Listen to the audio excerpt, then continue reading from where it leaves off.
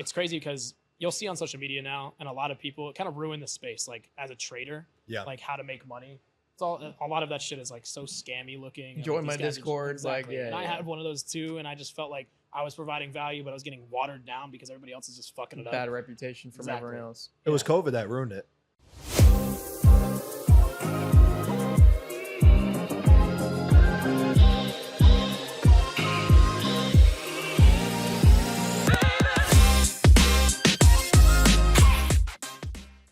What is going on, everybody? Welcome back to Bro the Stick. doesn't know we've been live for like the I was past like, what are you 5 talking minutes. about? We didn't do it. I thought we were gonna hard open it now. No, we were flowing. Go, but do an intro, bro. Yeah, It's all It's good. the first ever podcast opener bulk. Yeah, but he was like getting He all gets a ready. free I'm base. like, It's a single. we've been doing jokes, everything. Welcome back to Stick Talk. This is the official start. We're here with Scott.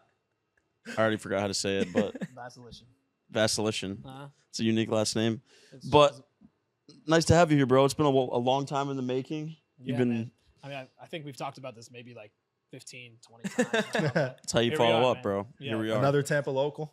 Yeah, dude. So you grew up in New York, stock exchange.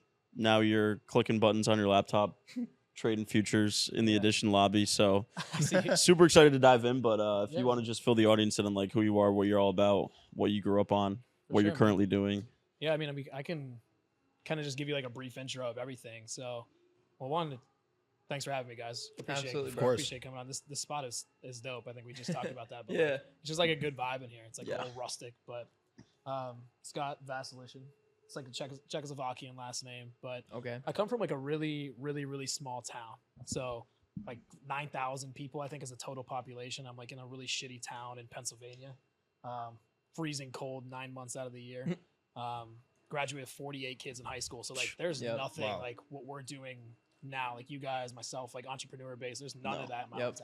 Like our best restaurant is Applebee's. If you go there, you have something cool to do. Like Applebee's, that's where I spent my graduation for high school. So Really? there's like nothing to Applebee's? do. Yeah. Top terrible. shelf. But I will tell you, the cheese and the meatballs, like the stuffed meatballs, was the big Fire. thing. That shit was fire. But anyways, I'm from like a really, really tiny town. So like there's no industry there. You either do like logging or you do like the refinery, whatever it is. Like there's nothing. Right. And my sister actually went to West Virginia, which is where I ended up going to college, which was a big culture shock. So there's like 40,000 students. And I actually had like a big dream on going to the NBA, but I stopped growing at NBA? 5'11". Yeah. So I played college basketball for a little bit at a school called Boys got hops. Edinburgh. Yeah, we played together a few times. You're a pretty good shooter, man. You're a great shooter. Makes no sense, right? Doesn't Christian's make a great sense. shooter. He like pulled up, has no facial expression. Yeah. It's like five. They're like, who's this butterball in the Curry jersey walking on? He just started spraying. Literally, what did we go 5-0? Yeah. But Shooter, bro. fast forward a little bit, I went to West Virginia. I didn't really know what the hell I wanted to do after I stopped playing basketball because it felt like a long term, like a job, honestly, when you play in college. But Like took the fun out of it. it's like total fun because it's like in high school, it's like those are your boys you grow up with, you know. And then college is like everyone's trying to get to that next level, so it's like a little bit of selfish play. People are kind of going at each other. It's kind of it just like was a whole thing, and then there was like a falling out with the coach and everything. So I ended up going to West Virginia, and then I guess Almost walked on, right? yeah, because one of my boys that is from my hometown, his name is Jay Sean Page, and he was like one of the best players at WVU. So he was there, hit him up. I was like, can I get like a walk on tryout, all this kind of stuff. So walked on. Went over there, got the That's practice. sick. Bob Huggins is an alcoholic. He has like a full stock bar in the practice facility, which is lit. In the practice facility? Yeah, it's Oh like my in his God. office is the top right, and then he has like all bourbon just like right behind this bar. Huggins is a legend, though. Yeah, and now he got a DUI. he's out. He's not coaching. Didn't they this say year. that he thought he was like 2 states over? Dude, it's crazy because like this is like big news, but no joke, he's probably gotten like 40 DUIs and just let him go. Because he gets pulled over for that shit all the time. He's drunk literally all the time. All the time? You watched him walk around like Mountain Layer or whatever, and he's just like wasted. During a game? No, I mean maybe you saw him collapse that one time. I don't know if you remember Yeah. that. He was like he fell on the court side, and they like stopped the game because he like passed out. Too much bourbon. I don't know if it was bourbon or if he just. Has How old a are you, heart by the way? condition. I just turned 27. I'm Okay. getting up there, man. I was gonna say I felt like they had a short white point guard around your time, but it might have been a little Dude, bit afterwards. The that's what- Jordan McCabe. Jordan kid. McCabe. Yeah. Dude, He's there kind of was- sucks. Listen, man. You coulda this took is- his this spot. This is crazy. Yeah. So back in college, I remember I was like, I'm not going to play here. Because when I was there, they were number 3 in the country. Jay Sean Page was an animal. Jeez. Javon Carter's now in the NBA. Like, we had I remember him. He was, back in the he was day. bald in college, and he was just a dog. He looked like he was 50. Dude, yeah. And you could not get by him, man. No. I remember like defender. it was insane. It was like, I would consider myself pretty quick. You've seen me play, right? Yeah. But like, I could not do anything against this guy. He was unbelievable. But long story short, this team was massive. They were like number 4 in the country, upsetting Kansas, Baylor, the massive teams. We went to the Sweet 16, and then we recruited Jordan McCabe after Javon Carter. I'm like, who the hell is this 5'10" white dude? He's terrible, first off. So if I kept playing, I probably would have gotten a lot of time looking back. But I used to call him out all the time on social media, like, let's play. And all my boys like would always like comment underneath it to like, let's set this game up. And then Like hyping it up? Yeah, he would never. So why'd you stop playing? You said just the whole situation with the coaches, or? It was just like, I mean, I'm 5'11", man. I'm not going to make an impact on the basketball. The hops, bro. Yeah. Makes up for I can dunk a basketball. I've been able to dunk a basketball for a long time. Wow. But like, Jeez. I mean, that's not going to be able to get me anywhere, so. I feel like at some point when you're in college, whether you're doing sports or something else, you're like, all right, I need to start thinking about what happens after college. Yeah. Exactly. That's probably what you did. You're like, I'm not going to the NBA. Let's focus on what's next. Yeah, exactly. I mean, I feel like even now, it's like, even though we know what we're doing now, it's like, what are we doing? You know what I mean? So like, even in college, I went there to major in marketing, and I didn't feel like I was learning anything. And I'm paying $30,000 out of state, which is ridiculous. And I literally live in Pennsylvania, and it's 2 exits outside of Pennsylvania. So in-state tuition there's like $8K, out of state's like $30,000. I'm like, this is just Makes like no sense. It's like highway robbery, feels like. But Yeah. so I go there. I'm like in marketing. I'm like, I'm not learning anything, so I kind of want to just pursue something. And I chose finance. I was like, I don't know anything about money. Nobody in my hometown has money. Everyone's broke, poor as shit, unless you're like the guy that owns the oil wells or whatever. So I kind of just transitioned to finance. And honestly, that was like one of the most pivotal moments in my life, because I met this woman by the name of Dr. Naomi Boyd. She was the kind of like the founder and like spearheaded West Virginia. Because when you think of West Virginia, you think of a party school or, inbred, right? Everybody's like fucking inbred in West Virginia, right? You don't think of anything, but there's 40,000 people that go there. It's actually a pretty dope town. And there's a lot of people from Jersey, California, whatever. You would think it's like hick town when you think of West Virginia, but it really wasn't. There's like a lot of like, it's like a melting pot of people. But when I met her, she kind of just was thinking like, nobody here is going to go anywhere unless you want to work here in West Virginia, Pittsburgh, or like go back to Virginia, DC, whatever, like small jobs like Pepsi was like you could be a sales rep for Pepsi. Like those were like the big industries. Selling the dream. Yeah, exactly. Like, what am I going to do? Sell Pepsi till I'm 45 and get a pension? But I don't know. Long story short, she kind of just was like this entrepreneur vision where she was like, I want to change this whole program. I want to change, I want to get you guys to expand your network, blah, blah, blah. So she created this investment fund where you actually got a lot of funding from the university and you were trading in the stock market with real money. But you had to like interview to get in there. There was only like 15 people, so it was highly competitive to get involved. But like in this program, she was like letting us go to New York City to meet a bunch of like UBS or Goldman Sachs, JP Morgan, New York Stock Exchange, all this other shit. And that's kind of like where I started to steer off and go to my roadmap, like up to New York City. So on one of those trips, I went to the New York Stock Exchange. That was one of the places to visit. So we were down there. It's pretty dope down there. Like, it's really, really cool. There's so much history, but it's like on the stock exchange floor. Yeah, it's like such an energy that I can't really describe. Like the way that the opening bell is, like a company will come in every day and just like open the bell. Bain shut it down.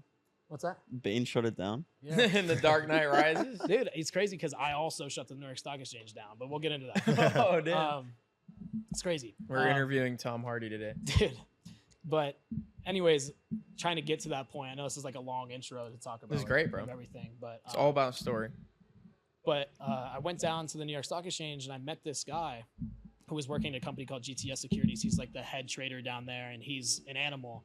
And I remember way back before payment processing and all this shit was like normal and like big nowadays, I came across this company called Square. Obviously, everybody knows what Square is now, but nobody really knew back in 2016. It was like just getting to its point.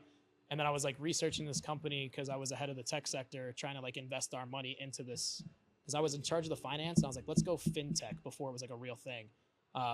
And I came across Square. It was like a $30 stock or $20 stock. Mm-hmm. And then we put a bunch of money into it after I pitched the analytics, did all the research. And then it took off to $100 after This analyst named Dan Dolev said it should be a part of the FANG stock, like Facebook, Amazon, Netflix, Google. So that shot it up. Shot it up crazy.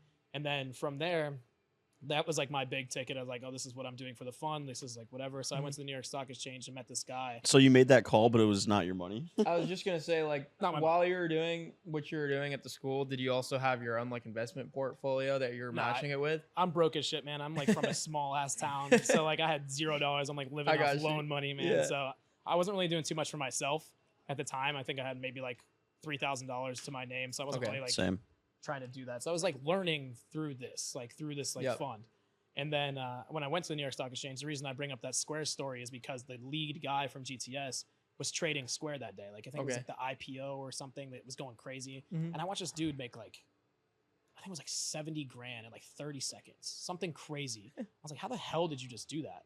Because he could like read a bunch of shit. I think there was, I can't remember what it was. I think it was a quad witching day, which is like happens 4 times a year in the stock market where there's like an imbalance or options expiring. Yeah. So there's like a bunch of volume going on. I don't have to go into the details. A lot of opportunities in that. Yeah. And he saw something and he took off. And then that night, it turns out he's a West Virginia alumni. So like this just all kind of fell into place. And then we all went out to dinner that night, me, the whole analyst group, and then we invited him and a bunch of people that we went to visit. And we ended up getting wasted. Like drank like a gallon of wine together, like just talking shop.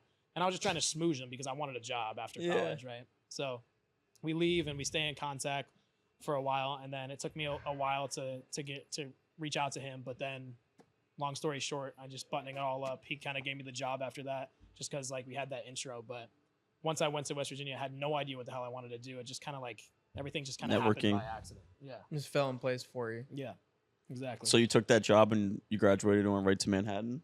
Yeah, exactly. And it was a weird experience, man. I hated my life because everybody like thinks New York City is like a dream to live in. You're saying in New York you hated your life or West Virginia? No. I loved West Virginia. That's such a great time. I mean, it was a party school, so I did my time. You know, did your time? I don't want to make it sound like you went to jail, bro. I did, but we won't talk about that. Guys, 511's best customer over here. Exactly, man. But I don't know. I mean, West Virginia was good. I did my time, but I mean that in like in a good thing. Like I just was, you know, we don't have to go into details. I'll get myself in trouble. But moving to New York was brutal because I moved to Harlem on accident. Like Spanish Harlem, like murder capital of the world at that time. On accident. It was just like it was advertised as like you're on Central Park, you know, you have a view. So I'm like, moving to New York, I got a job on Wall Street. I'm like, oh, I'm living on the 32nd floor overlooking Central Park in New York City. That's so far from Wall Street. Dude, it was terrible. I got there and I'm like living with people I like barely knew. Shout out to the real estate agent. Literally. She got me. But I will say that, and the worst part about this building was 32nd floor, mind you, and the elevator broke every day. Every day. And I had to walk down the stairs 32 flights all the time. And back up. And I only did back up one time, but yeah, it was a pretty brutal experience because you go from like a college town where you're like surrounded by all your boys and you're just going out all the time. You're surrounded by everybody your age. Yeah. And then I moved to Spanish Harlem in New York City and it's brutal, man. Like it was so brutal. I didn't really know anybody in New York City, but yeah, so I moved right there. What was the commute from there to fucking Wall Street? Like an hour? I think it was like 50 minutes. So I took the express train. It was like 2. So I would like walk through the hood. And I would get on the train, and then there would be like 6 stops down to Wall Street. But it was terrible because, like, you know, I'm waking up at 6 in the morning. It's dark.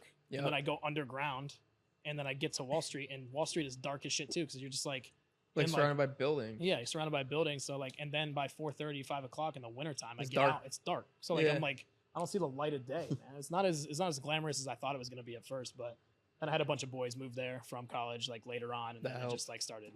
And then I ended up moving down to FiDi. So how'd you go from getting a job at this firm to being a really good futures trader? Did you just like, did this guy mentor you? Were you taken under his wing? How did you learn how to get good at, you know, technical trading? Yeah, I mean, that was kind of from that fund that I was working at for a while at the university. And then, I mean, you learn so much on the floor. Like there's so much information. Like you have to study for your Series 7, you have to study for your SIE. And then you go through like this program where you're like being taught. And then that guy that was basically the guy that I told you we drank a gallon of wine that did Square, he's one of the best traders I've ever seen in my life. I don't know why he doesn't just trade his own money. It's insane. I've watched him make 450 grand at the market open one time. And I was like, dude, what are you doing here? Like, just go trade your own money. I know you're a millionaire. You have a full-size basketball court in your house. This guy's a millionaire. Where does he live? In like Connecticut? He lives in Colts Neck, New Jersey. One of the right most, outside the city. Yeah, like one of the most expensive places to live too. It's like beautiful, beautiful. But I was just there over Christmas break, and these houses are like palaces. It's insane. But so this guy's that rich working for somebody else? He's like a partner in the firm. So he just like, I think he just bored and maybe hates his wife at home, so he just tries to escape her. Did he say, what was his answer to that question of like, why don't you trade your own money? I don't know. I really don't know. He Think it's a security thing? I think so, maybe. Maybe he just loves his job. I mean, I don't know. He's been doing it since he was like one of the original guys on the floor, like running tickets, like when there's a mosh pit of people. So that's actually an interesting thing. I know you asked me about the future stuff. I want to get into that, but I was trying to like. Yeah, this guy like, were you just like looking over this guy's shoulder, seeing what he was doing? He was teaching me literally everything, and like, it's crazy because you'll see on social media now, and a lot of people it kind of ruin the space, like as a trader, like how to make money. A lot of that shit is like so scammy looking. Join my Discord, exactly. And I had one of those too, and I just felt like I was providing value, but I was getting watered down because everybody else is just fucking it up. Bad reputation from everyone else. It was COVID that ruined it, because there was that like initial bump during COVID where everybody was like you could have just closed your eyes and just picked any stock and it would have went up. Yeah. And then they're like showing the screenshots. I was trading like join my group. I was buying calls on Nikola. That truck, I made like $2,000 on the truck company, and then I sold it, and then it went. Phew. You know what's crazy about that is that Workhorse, one of those like electric vehicle companies. They literally had an advertisement of it working because like that's what would make the stocks go up. Yep. And like any news event would go up. Yeah. I remember they had this one that came out that they literally just pushed one of the trucks down a hill. And they were like, it's driving. Yeah. They were saying it's self-driving. And there literally wasn't anybody behind the driver's seat. And it was just going down a hill, but they had like it filmed so it looked like it was just going. And it went up, the stock? The stock went up crazy. It went up like 20% the next day because they released this like commercial, like this video, just because they pushed it down a damn hill. Any pharmaceutical company during that time, they put out a press release like they're beginning to look into trying to make a COVID vaccine. They're like, exactly. I remember, dude. I mean, there were so many things. There was the volatility index, like the VIX. I don't know if you guys know what that is, but like that went from like $4 or $5 up to like I think it was like 800 at the time in like 3 weeks span. People were just getting and traders love that, right? Yeah, stupid rich. Like I don't know. There's so much that I could talk about that. But were you trading? Were you on Wall Street during the COVID shit? Yeah. So that was actually like I kind of take that for granted a little bit.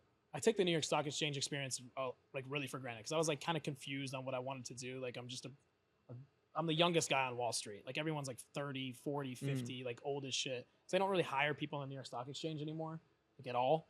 So I'm just. So your office was the exchange or like the floor, literally on the floor. You look at it, it's a TV set. CNBC's over there, Fox News, Cheddar, Yes TV. That's fun though. It's cool. It's cool, man. And Seems like fun. I mean, I saw a lot of fucking really cool people down there, like famous as shit. You would never like big time. I mean, I work next to Jim Cramer. Like literally, Jim Cramer. Jim, what are you buying today, Sel? Dude, what do you think about Jim Cramer? How is he so bad at what he does? Dude, you know what's insane to me? Is he bad or is that like a mirage? Like, what is it? He is the smartest guy I have ever talked to in my life. I swear to God, it's crazy. He's like this little 5'6" little fucking like hermit looking dude. Doesn't talk to anybody. Rich as shit, but he actually is so rich because he had his own hedge fund. Like he is a fucking lethal trader. Yeah. So how is he so wrong on TV? I don't know. I love it though. I think it might be for publicity. That's what I'm saying. Like it's gotta be to like this. fuck with the public. Am I swearing too much? No. Okay. No, you're good. You're good. I don't know if like you guys had like kids watching, but probably. Maybe. But We're trying to get all the kids hooked on cigars. Damn, That's the mission statement of the podcast. Yeah. Cigars and whiskey.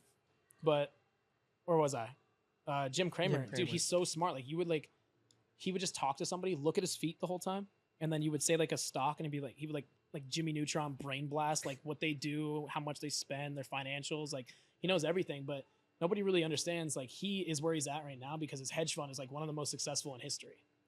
So he had his own hedge fund. So he's gonna be loaded. And he was so good. Like he was like known for like having some of the best trades in history. Damn. Like you think about like, I don't know if you know who Bill Ackman is. You guys know who that is? Yeah. Bill Ackman, the CEO of Pershing Square Capital. He's known for like one of the biggest trades in history, like the 27 million into 4 billion because he called the COVID crash. Jeez. which is actually the reason why I'm an entrepreneur and trading on my own now, because I met Bill Ackman. And where I'm going with the story is COVID was actually the craziest time on the floor. So the reason that I wasn't like really happy or like excited to be on the New York Stock Exchange was because it was a dying field, right? Everything was not like it used to be. There used to be like 4,000 people on the New York Stock Exchange. I don't know if you remember like the old Wall Street movies where people be running, they'd be calling out like bid, open outcry, like buy, sell, Literally like on paper. Yeah. And then like designated market makers or like guys that were running the books.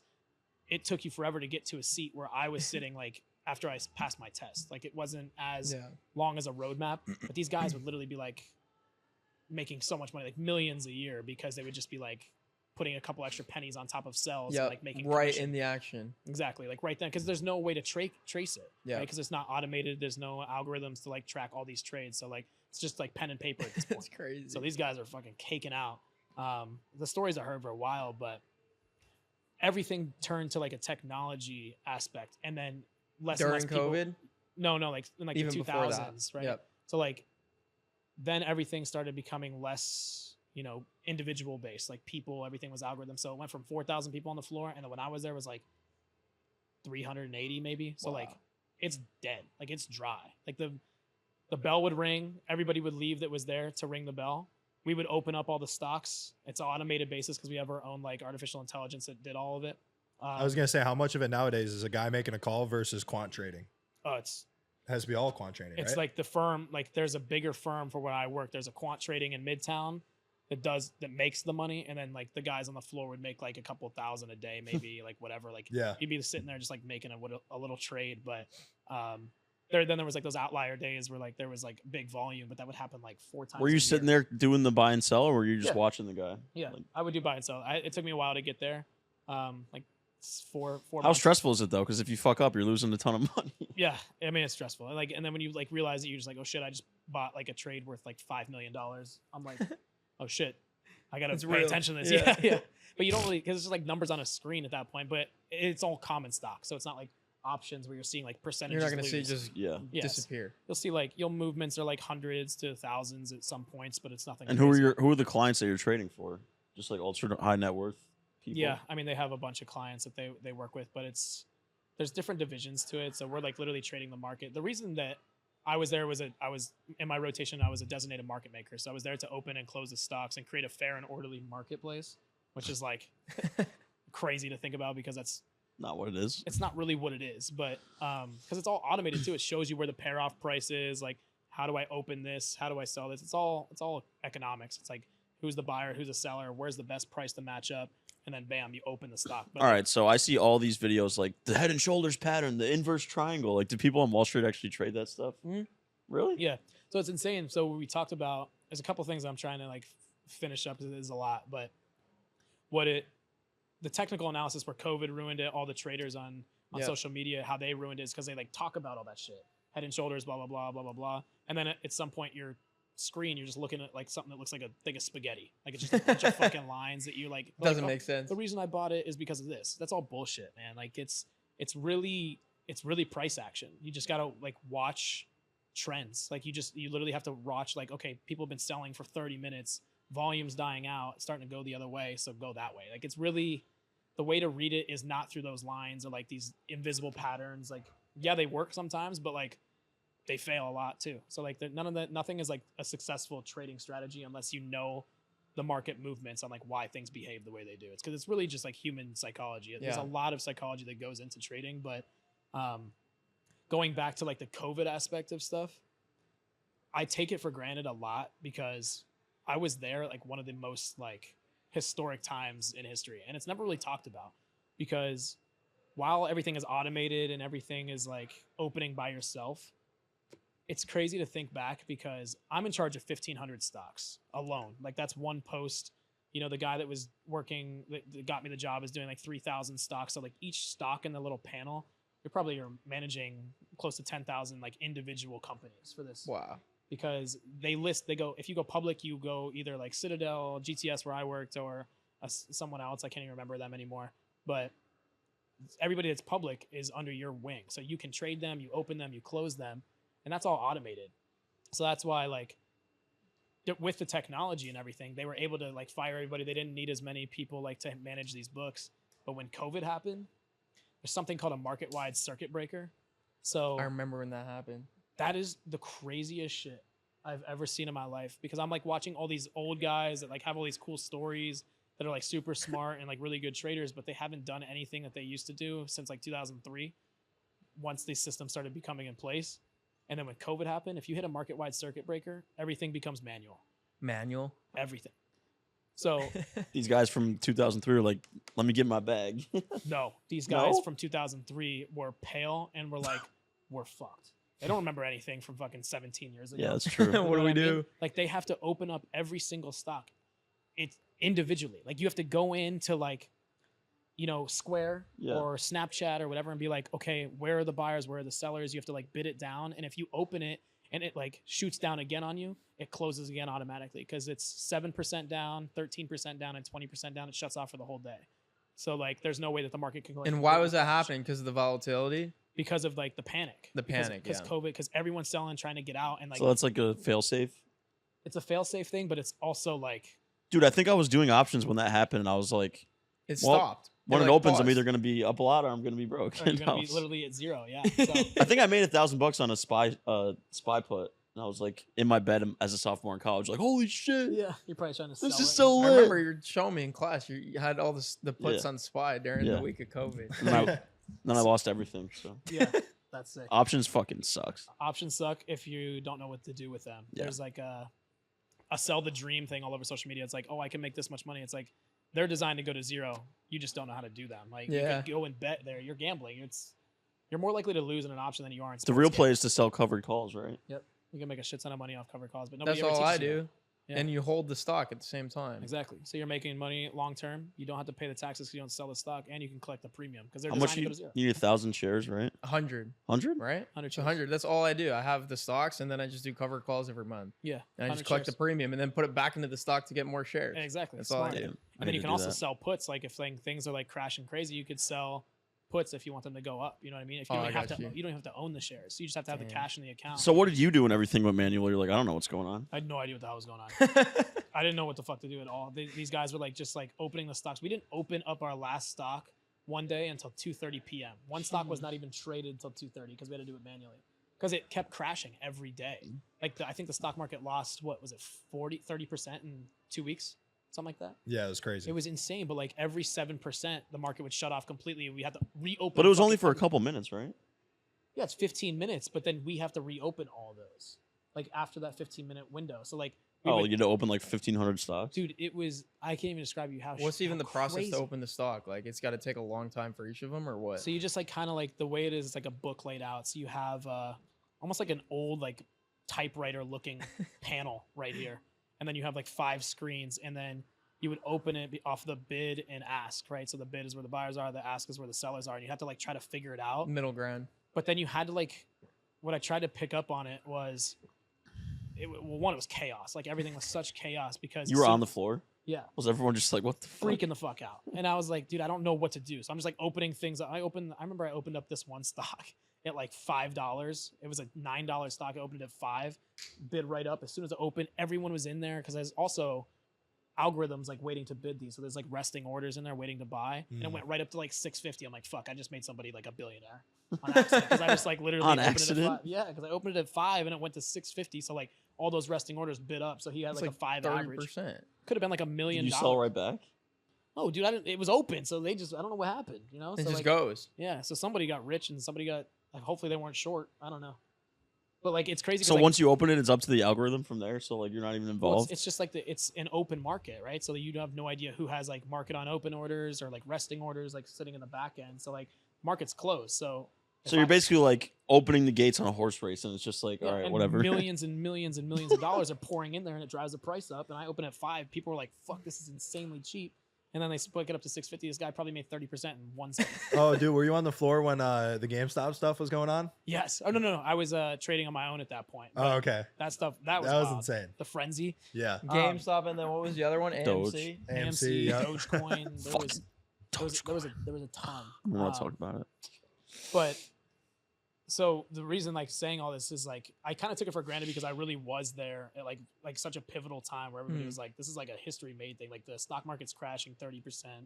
You know, we're doing all the things like they did in the old days. And all these guys are freaking out, but it was stressful as hell. But like I said, I did get to meet a lot of cool people. I saw like Melania Trump down there. Bill Ackman is the reason I'm like.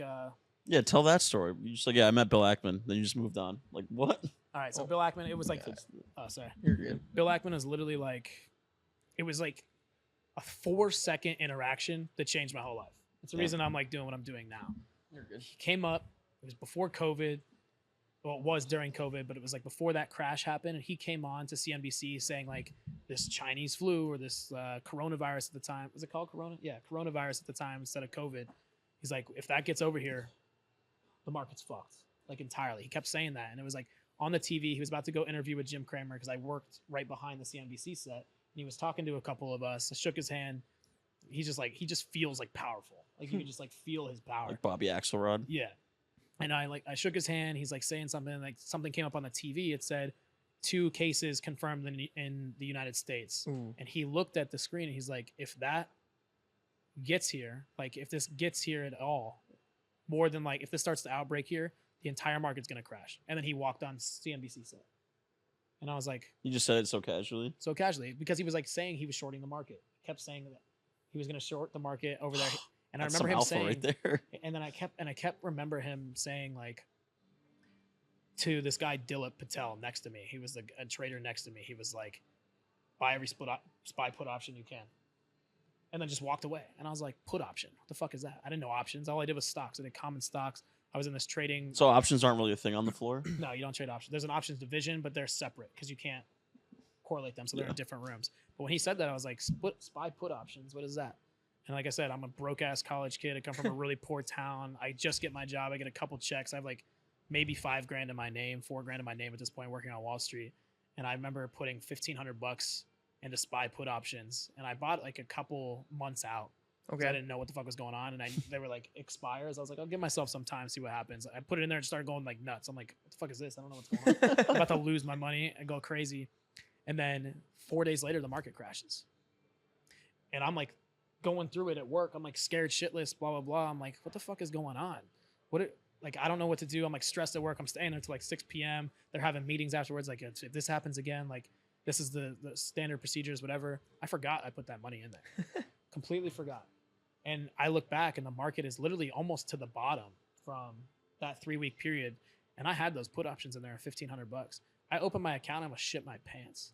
I was like, how the fuck do I have $27,000? What? And I'm like a brand new college kid, like whatever. Like I don't have any money. I'm like, I just made $27,000 off of $1,500.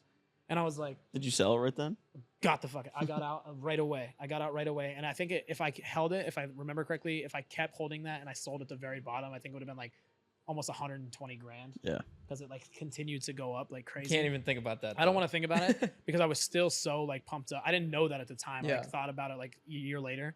But now I just have $27,000 in cash. And I'm like, what are options? Like, what the hell did I just do? Yeah. Like, I didn't really know anything. I just did it on Robinhood, which is a shitty platform. And then I ended up going to Madison Square Garden to watch the Big Ten championship college basketball. And there was 2 games on, and I remember sitting in this box suite because we had suites in MSG from our company. That's damn. And I was just hanging out with a couple of guys from work. And I just started like feeling like I've never felt before. Like the game was like kind of like going crazy. Like I was like kind of dizzy, like feeling like I was like, I don't know what the hell was about to happen. Like I felt drunk, but I was like, this doesn't feel right. And then I just started getting extremely hot. And I was like, I don't know what the fuck's going on with me.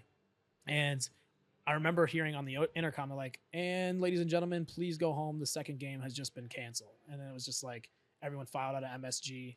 I'm like, what the fuck? It just started shutting everything down because of COVID. For like the 2 week, you guys remember? I was like gonna that say, 2 week like, thing? how are they still doing games at MSG? So that was right before. In there, and like I started feeling weird as shit. And I took the subway home, and I thought I was gonna pass out. Like I got like tunnel vision. My ears started ringing. I was like, I don't feel right. And I didn't end up going into. I went into work the next day. I started feeling like shit, and then they sent me home early. I was like, guys, I really feel like shit. And everyone's like joking. They're like, he has corona. He has corona. Like blah blah blah. And I went up to this one guy Frankie. I still remember him. He was the youngest guy on the floor other than me. He was like 33, just started his own company. He looked at me. He goes, dude, he's like, everyone's joking around about this, but like, he's like, if you feel like you might have that, you should try to go home. Yeah. He's like, don't give that to anybody because we don't know what this is. And You're probably scared shitless. he was scared. I was scared. I was like, I really don't feel right. Everyone's like trying to make a joke about it. Like, he has the corona. Or like, whatever. It's the corona. And that was the day that the market was crashing. And then I go home that day. And that's the last day I ever went to the New York Stock Exchange. Because I ended up having it. They told me to stay home for 2 weeks. And then everyone on the floor got it that I was surrounded by. Damn. And then they shut down the New York Stock Exchange for the first time since 9/11. So just like Batman, I gave shut down okay, now that's what we're How do you think you got COVID though? I don't know how I got it, man. You shut down the New York Stock Exchange. I did, and I actually have an article framed right now that says like stock market closed, and there's a picture of me on the New York, on the what is it, the New York Times article? Is that what it is? Yeah. New York Times. Literally, I have the article sitting framed in my apartment right now. I'll send you guys a picture. That's legendary. It's pretty cool. That's legendary. Were you nervous like when no one knew what COVID was? If you had it, you're like, oh, I'm dead. Dude, I was scared shitless. All my roommates, I had my 2 boys just moved. This is when I just moved to Financial District. I just moved to New York City. I just get like a shit ton of money in my pocket that I think is like a shit ton of money at the time. And I'm sitting down in my nice ass apartment. My bedroom is overlooking the Brooklyn Bridge. It's fucking beautiful building, man. Like, we're not paying too much either. I think I was paying like $1,600 a month for this place. Wow. It's dope. It's the best building I've ever had. And you know, I'm there for 3 months. I'm like just starting to save up some money. We're going out now. Like, I'm meeting people in New York. COVID happens. Everyone leaves. I'm sick. Can't go see my family. I'm just stuck in a room for 3 months because I did not get better for like 2.5 months. I lost my sense of smell and taste for almost 3 months. And I didn't even get my peanut butter smell taste or my peanut butter taste back for 1.5 years. It was crazy. Jesus. I don't know why it hit me so bad. I ended up going to the hospital. I feel like you got it earlier on when it was stronger. Yeah. I think and then viruses will just naturally get weaker because in order to spread, you have to keep your host alive, which is people. So it just gets weaker over time. For sure. And I think that's what I think it was good for me because anytime I ever came in contact with it again, my body was like, okay, it knew. Just like, it's nothing. Just beat it out. But so I was just trapped in New York. I was just trapped there after COVID, but I never went back to the New York Stock Exchange because I ended up getting everyone sick. They shut it down and then they made me go remote. Banned. Yeah, exactly. Yeah. Don't like allow this guy back in the building. But it was a cool experience, man. I got to meet a lot of cool people. The Bill Ackman, Melania, Kobe Bryant before he passed away, which is the coolest person I've ever seen. On the stock exchange floor? Yeah, because he owned Bryant Capital. He had his own like firm, so he would come there for an interview on CNBC. And I remember like going to work and I looked over to my left and I like quickly took, because playing basketball, dude, like these guys are my gods. Like LeBron, Kobe, like just watching them growing up every day. I look over and I was like, is that fucking Kobe Bryant? Like literally just like I just going to work one day to set They don't say in the morning like, hey, we're gonna have Kobe Bryant here. Because we're not we weren't associated with CNBC. We had no idea what Jim Cramer was doing. You know, he's just over there just yapping the whole day. But I look over and Kobe Bryant's just sitting there. I was like, I need to go get a picture. We weren't allowed to have our phones, whatever. So like I basically was like a little kid just like running around like trying to catch. So I ended up like going to the bathroom like 40 times just so like I could catch him on the way out. And I got to meet Kobe Bryant before he passed away. He passed away like 3 weeks later, which was fucking crazy, man. What was he like in person? Just like, dude, you said, coolest, most genuine dude ever. Like literally was just like, "What's up, man?" Like I was like trying not to fangirl. I was like, "Hey, I'm." Yeah, it's tough though. Yeah, I was like looking straight up. I'm like, "Dude, pick me up. Give me a hug, please." I don't know. What'd you say to him? Just like, hey, can I get a picture? I was like, hey, man, like I know you got to go and you're really busy, but I'm a huge fan. I like stuttered a little bit. Like, I sound like my voice cracked. I would have been nervous for sure. Yeah. And I like shook his hand. He's like, what's going on, man? He's like, you work here? Like try to like, he like was like interested. He was actually interested, but like, I don't know. And I kind of blacked out. I don't really remember what he said. And then he just like gets out and he had like 3 black cars like follow him off the New York Stock Exchange. It was so cool. It was like people like out there like taking pictures of him, but that was a really cool experience. I got to meet like Jerry Jones, Rob Gronkowski, a lot of big finance guys. Melania Trump was down there, Kobe, Shaq. And there's not really many people there, so you're just So Melania was there when they were in office. Yeah, it was really weird though, because like she was the most strange, because everyone was like didn't know what to do, and there was so much Secret Service and like weapons. So I'm like, dude, I was gonna feel unsafe. And she just walks there, and she's like so hot. Like she looks so hot walking in. I'm like, dude, this is like, I don't know what to do. Everyone was just like staring at each other. Good for Donnie. Yeah. Good for him. Yeah. It was crazy.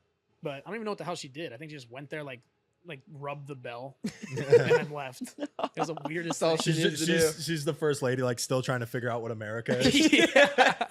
She goes, I don't even think she said one word when she was in there, man. I don't know. What the fuck? She smiles and nods. Such a strange experience, but really fucking cool. Like I remember like our office technically wasn't in the New York Stock Exchange. That's where we worked, but we had like an upstairs office where we would prep and go to across the street. And I would like have like this like trading jacket on, and I would walk across the street and people were, like taking pictures of me, like paparazzi. I'm like, I'm not that cool, dude. I don't do anything in there, dude. I literally been pigging out for like 3 hours because we would just get stuff catered to us. Like I don't do anything different. I don't know why you're taking a picture of me, but it's cool to see stuff because sometimes I'll like scroll on like CNBC or like Yahoo or Fox Business and I'll like still see pictures of me that they use as like the fronts of articles. That's crazy. Like, it's kind of wild, but Yeah. So that's one chapter of your career. What's the jump over to entrepreneurship? So the Bill Ackman thing, right? So like I didn't know what options were. I kind of just like threw shit at the wall and it just worked. And I was like, if I can make that much money. So you continued after that first big win with options? Yep. Because I remember I had to like report it to my firm and you had to hold something for like 3 weeks. So I was like, I started reading about options and reading about trading. I was like, if I'm doing this for a firm with capital at common stocks, why not be able to just take that 27 grand I just made and try to turn something into my own money? So I spent all of COVID like sitting in my apartment by myself reading about options, stocks, social media, whatever it was. And I was on TikTok before it really kind of got big. Like it started getting really big. Like people were just like shaking their ass and like dancing, right? That's all TikTok was at the point. And then I remember rolling a ball in a cup. I think we talked about this before. I rolled a ball in a cup down my hallway because I was so fucking bored. I didn't know what to do my whole life. And it was a dope shot. I'll be honest. The ball was really far away. And the video got like a couple 100,000 views. I'm like, what the hell? How the hell did I just get 100,000 views? And then I started getting like followers and engagement. I was like, I should turn this into like something I do every day because I'm bored by myself out here. So I started talking about stocks, started talking about trading, all the stuff you already seen on social media. But like I kind of leveraged that I was on the New York Stock Exchange to really start blowing up. And then I built a whole like kind of brand around it. I started a group chat with a couple of my guys, like talking about like, you know, I'm doing research on this stock. I think this is going well. I think we're going to make money off of this. We started talking about it back and forth. And then we just kind of migrated to Discord, which has a bad rep now. But I was on that. And then next thing you know, I just like kind of attached an educational piece to it. Like what are options? What are stocks? Everything from like getting started to like, you know, what is implied volatility percentage affecting on like an earnings rate? So like super, super in-depth stuff, but it had such an organized layout. And then there was like a community of everybody trading and talking about things, news events, automated bots in there. And then that's kind of like my beginning journey to entrepreneurship. And then I was trading myself for like 4-ish months. And then I told them I was quitting because they put me in the asset management division. And I was like, not interested in this. And at that point, how much money are you making on your own? I wasn't consistent when I was like on my own at first. I ended up losing a lot of that 27,000 and I was like, fuck, what am I doing? Because options are really hard game. That's how you learn. Yeah, exactly. So I put my time in and then I ended up having a really big earnings win of like, I think it was like another like 9 grand, something crazy overnight. And I was like, okay, I'm back. I can do this. And then like, I started slowly getting better and better. But I've lost money every which way. Like it wasn't like a clear path. Like I lost money on earnings. One time I thought I was going to make like 100 grand on Tesla earnings because it went up $100, but I didn't know about implied volatility percentage. So I ended up getting the contract shredded. I was like, I'm going to make so much money. And I was like down 8,000. Yeah. Like how the fuck did I just lose 8,000, dude? Yeah. It was crazy. So like there's ways that I like started to learn about a bunch of stuff. But then the journey to entrepreneurship is like kind of that channel. And then I was like, how do I monetize this? So I created that channel, created digital products. I actually went out to LA before I launched my product back in 2021.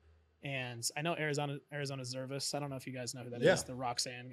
Oh, I love Arizona Zervis. So, yeah. I used to listen to him all the time, yeah, bro. So before anyone knew him. For real? Yeah, like before he went TikTok viral. He went to West Virginia. So like he was like good friends, like a lot of my good friends. So we went out to his house in Beverly Hills when he blew up. Bought like a $4 million crib overlooking LA. Off of one song? Bro, he had to make so much money. He signed the biggest deal in music because of like they've never seen those numbers before because of TikTok. No way. So he made out like a bandit. Roxanne. Yeah, he signed like a $12 million cash advance deal. What? Yeah, it's crazy. And he bought a $4 million house off of that? Now it's worth probably like 7 or 8 million. So yeah, he cashed out.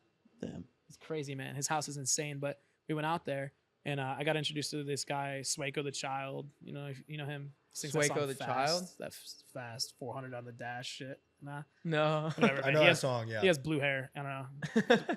Now he's like a punk rocker. But I met him, and then I was out there for a music video with this guy named Fresco Trey. We became friends with. I was doing some work with some guys in New York. And I had the Discord channel running. I was trading my own money. I didn't really know what I was going to do with it. And we went out to LA, and I met this other guy that was managing Swaco. And he's like, hey, I've been trading stocks, whatever. And then he's like, what do you think about this? Because I told him about the New York Stock Exchange story. And he told me, I was like, you should be trading options, man. Like, have you ever heard of them? He's like, no. And then I told him, he joined my group. This dude literally had like 50 grand in his account. And then like, he was going balls to the wall with options.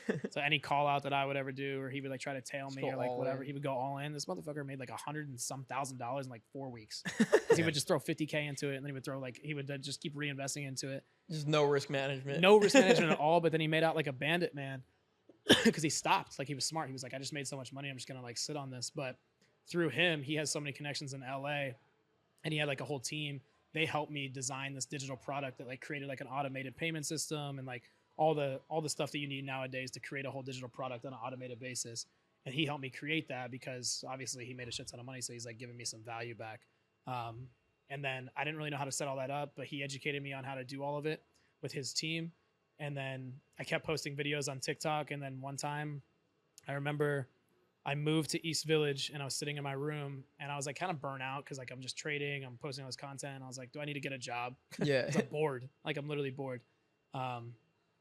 And I was making a good chunk of change off of trading, but like you can't just trade, you know? And then I had the Discord channel, the educational channel and stuff, like subscription based. It was doing well. You know, I was making probably like 7 to 10K a month, which is, you know, I mean, decent money. But I was like, is this what I'm going to end up doing? Like, should I be like go back into corporate world? Because I didn't know what to do. Like I said, no one's an entrepreneur in my hometown. Mm-hmm. So like I just didn't know if this is the right thing to do. My mom's like, you left a job on Wall Street to like run a whatever you're doing. I'm like, I don't know what the hell's going on, Mom. Just let me try to figure it out. But I remember sitting on my bed one time and this like random kid posted a video of me. He's like, just like talking about me with my picture in his background because I think he was in my channel. Calling me like, he said, this kid's a genius. I made this money and then I lost everything. But then I joined his group and I made money and then I lost everything on my own. And then I joined his group again, and then it was just like the weirdest video ever. And I remember duetting it before I got in the shower after trading. It was like 11 a.m. I like duetted it, and mind you, I have this digital product like in my bio and everything on TikTok back in like 2021, May 2021. And I get in the shower, I post that video. I was like, whatever. I get in the shower, I come out, I like make eggs. They're still going. I go back on my phone. I look at my phone, and like literally, like I was like looking at the way my life changed because I got like 400,000 views, 500,000 views, 600,000 views, up to like 1.1 million views. I ended up getting like 75,000 followers from that one video. Then I had this digital product, but it was just me. I didn't have a team in place or like really infrastructure. And then I just kept seeing ping, ping, ping, ping, payments. Ping, ping, like people joining my channel, payment. Like I made 60 grand in a day. Holy shit. From people joining like the Discord. Yeah. How much was the digital product at the time? $100 a month. And that was residual because people would stay. Obviously there was like a drop off. Yeah, like, of course, but still. And I was like, my eggs were like black because I sat on my phone. There's a fire in your apartment. Until like, dude, literally I like started smelling the smoke alarm went off. I like run out there, like turn it off, throw the pan like in the sink. And then I just go back and like, I'm literally on my phone. I had a girlfriend at the time. I was like, hey, you're probably not going to hear from me for probably like a day or two. Cause I have to like literally message everybody that's joining this. I was like, trying to keep up with everything. Like, hey, we weren't ready for this. I wasn't ready for it at all, man. And it sucked because like how do I manage all that by myself? Try to give out good trades, like manage the whole community, make sure everyone's educational based, make sure they know like the organization is there. And then I talk about this all the time. It's like I made a significant amount of money in one day, but that was like the least happy I've ever been in my entire life. Yeah. Like you went into like panic mode. Yeah, man. Cause like the amount of stress, I think I slept maybe on average like 2-3 nights or 2-3 hours a night. Like just like trying to like figure this shit out. Cause I had no idea what the hell was happening. And then like people would be pissed off if like I wasn't like, you know, doing something. It's just like it was a hard model to create. Yeah. But that's kind of like the journey to entrepreneurship. And like, that's a good sign though. A lot of guys would be hype and they wouldn't really care about fulfilling the product, but like you really cared that these guys got a good experience. Yeah, man. Because I'm not like trying to like hey, join. I don't want to be that scammer online. It's like, hey, join my educational channel, and then you just get nothing out of it. Yeah. Like, it's like I don't want to be the marketing guy. Like there's a lot of guys in the space that are really good at marketing, have the algorithm to a T. They get a shit ton of money because they're. I know a guy in the space right now making $500K a month off of subscriptions. $500K a fucking month. It's wild. And then anytime he drops a mastermind, he's making an additional $500K. So like this guy's making almost $10-12 million a year doing the same thing that I'm doing, but or was doing, but like he just has like the marketing channel in place. I think that he does a good job, but there's a lot of guys out there that are just the marketing guy. Yeah, product falls. Yeah, the product is not good, but yeah. So that was kind of the journey. It was like am I doing the right thing? Am I doing the right thing? Is this gonna work? Is this gonna work? Bam, it worked. And then it was just like all hell broke loose after that. Crazy. So how'd you come to Tampa? Or why did you come to Tampa? Taxes. Yeah. Taxes. So I mean, I kind of came here because I went through like what was I, 25? I'm 27 now. I was 25. I think so you're 25 on the 60K day. Okay. 25 on the 60K day. And I kept trading a lot too. And I had some really big days. Like my biggest trade ever was like 70 grand. Wow. Off of Zoom puts. Puts. Dude, it was crazy back in the day. Sorry, I'll answer that. No, and that. Keep going. But am I talking too much? What's the time? This is perfect, bro. That was good. But near the back half, things like speed up. But long story short is my biggest day was the Zoom puts. I mean, like 70 grand off of them because I had a software. Back in the day, everything was remote. So you could see web traffic. And I own a marketing company now too, a digital media marketing company. So I'm like really good at like looking at like traffic, like how much traffic was coming to your website, blah, blah, blah. We have all these back end tools. And there were so many competitors coming to the space. Like Zoom was the big one for a while during COVID. And then there was like Google Meet. Everyone started to create their own. And then I saw through the web traffic of Zoom, because I could see those analytics, it was down like 60% month over month. Jeez. And I was like, they're about to have an earnings report. It's not priced in. And the implied volatility percentage is so low that if I even like, the stock was at like 400 or something crazy. Can't even remember. And I was like, even if this drops 20%, which is very likely off these traffic numbers, because the traffic isn't there, it's obviously going to tank because if no one's there, they're not making any money. So I saw those numbers on the web traffic views before they even came close to the earnings report. So I bought put options on it. I think it was like 20% down. Stock dropped like 50% after earnings. And I made the most amount of money ever on my birthday. No way. Awesome. It was sick. It was sick. You must have sent it that night, huh? Oh, you did. We don't need to talk about that night. But I will say the reason I came to Tampa is because when all that was happening, like the money was great, but again, like I was just not happy because I didn't know what to do. Like I was just so overwhelmed. I wasn't sleeping. Like I was like, how do I keep up the success? Because that day, I'm never going to get to that point again that fast. You know what I mean? So like, it's only going to be like a slow drop off. You know what I mean? So like, it's just like a weird feeling. And I kind of went through like a quarter life or midlife crisis. I feel like probably midlife at 25, just for what I've done to my body over the last 5 years. But I just got in the car and drove. I got in the car and did a cross country trip. I was like, I have no expenses. I don't know how I'm going to like write all this off. So I was like, I'm just going to do content across America and trade in every state and just showcase freedom. I was like, fuck it, I don't know. I rented a BMW, spent like $4,000 on it. I was like, they were like unlimited miles. I'm like, well, I'm taking this bitch across the country. So I drove the entire way down to Florida. I stopped in like literally 30 cities in probably 3 months. Stayed in every city. I knew a lot of people from WVU, so I would meet up with a lot of people. And then Tampa just kind of was one of the stops that I loved. You know, I loved Charleston. I loved Tampa. Miami was weird, but I was there for a month. Miami's weird. Great way to describe it. Miami was fun. I also loved like Austin. The first time I went there, now I don't really like it that much. San Diego's beautiful. If you haven't been there, that place is unbelievable. And then I went up to Colorado. Boulder was really good, but that's kind of how I ended up in Tampa. I just like drove the entire country. Wow. For 3 months, and then this is like kind of where I was. When was that? 2021. 2021, October 2021. Where were you staying in Tampa at the time? I feel like it was a lot different. It's pretty similar. I was going to Eden. I went to Eden. Oh, God. Club Eden. Yeah. I think that was the first club we tried to get into. Yeah. Gross. Yeah, it's gross now, but when I was first there, it was fun, man. They had a good time. But, yeah, I don't know. I think I stayed in downtown. I knew some people down here from WVU, so like there was a couple of girls I knew, so I stayed with them, and yeah, it was pretty much similar. I went to like water. There was no, yeah. Water's fun. I was doing all the ratchet stuff, I guess. Now looking back, but Yeah, that was kind of now I'm down. Damn. Now So I'm during that trip, like just driving for that long, you had to, come to a lot of conclusions and clarity on what you wanted to do next. Yeah, I did. That was that was a big thing. But dude, I had the worst nightmares ever from that trip. Really? Dude, it's crazy. It's actually, I read about it one time. It's like the longer you're alone with your thoughts, like the way you can drift. I'm like in the car for like 8 hours a day sometimes. It's like you're alone thinking of like just weird shit. You just have like weird nightmares. I guess it's like a normal thing. But I was so deep in thought, like trying to figure out what I wanted to do. And honestly, I didn't figure out anything on that trip. Really? Like I had no idea. Like I was just still doing the same stuff, like just like trying to like. Did you call out that Zoom put?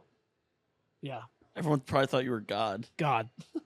Yeah. But then it starts to get scary, man. Like I started to get recognized in some places just because like content was going away. I got shadow banned, so now it doesn't go out at all. I get like 300 views and I have 80,000 followers. But they like banned all like finance content on TikTok. But I started getting like recognized by people. Like one time I went to Kith in New York City. They're like, "Hey, do you run that channel?" I'm like, "Yeah, it's me." Like blah blah blah. And then I started getting like really weird run-ins. Like, "Hey." Like people would like message me and like, "I don't know what the fuck's going on, but I keep losing money." Like they're like thinking like my videos are like their advice. And like I'd strictly say like I position my stuff to like never say buy this, never do this. Like I'm not like a financial advisor. Like I'm just like looking at trends and stuff and I think this could happen, like whatever. I always try to post like educational stuff over that, but like people don't realize that. So if I'm talking, it's like not conclusive. It's like exactly, like people aren't educated, especially on social media. So like they'll put money in something because they even see like one buzzword. Like I'll talk about Tesla one time. Like I bought Tesla calls because you said you like Tesla. I'm like, how does that correlate to anything? Yeah, like I never said to do that. Exactly, or like whatever happened. Like then I would just start getting like weird DMs. One time somebody does sent one me particular story stand out with somebody who's just like going apeshit because they lost a little bit of money? Well, what started freaking me out is like I kept getting recognized by some people. I kept getting like really weird DMs. Somebody sent me like a picture of my address one time, and I was like, that really was weird, and there was like no context around it.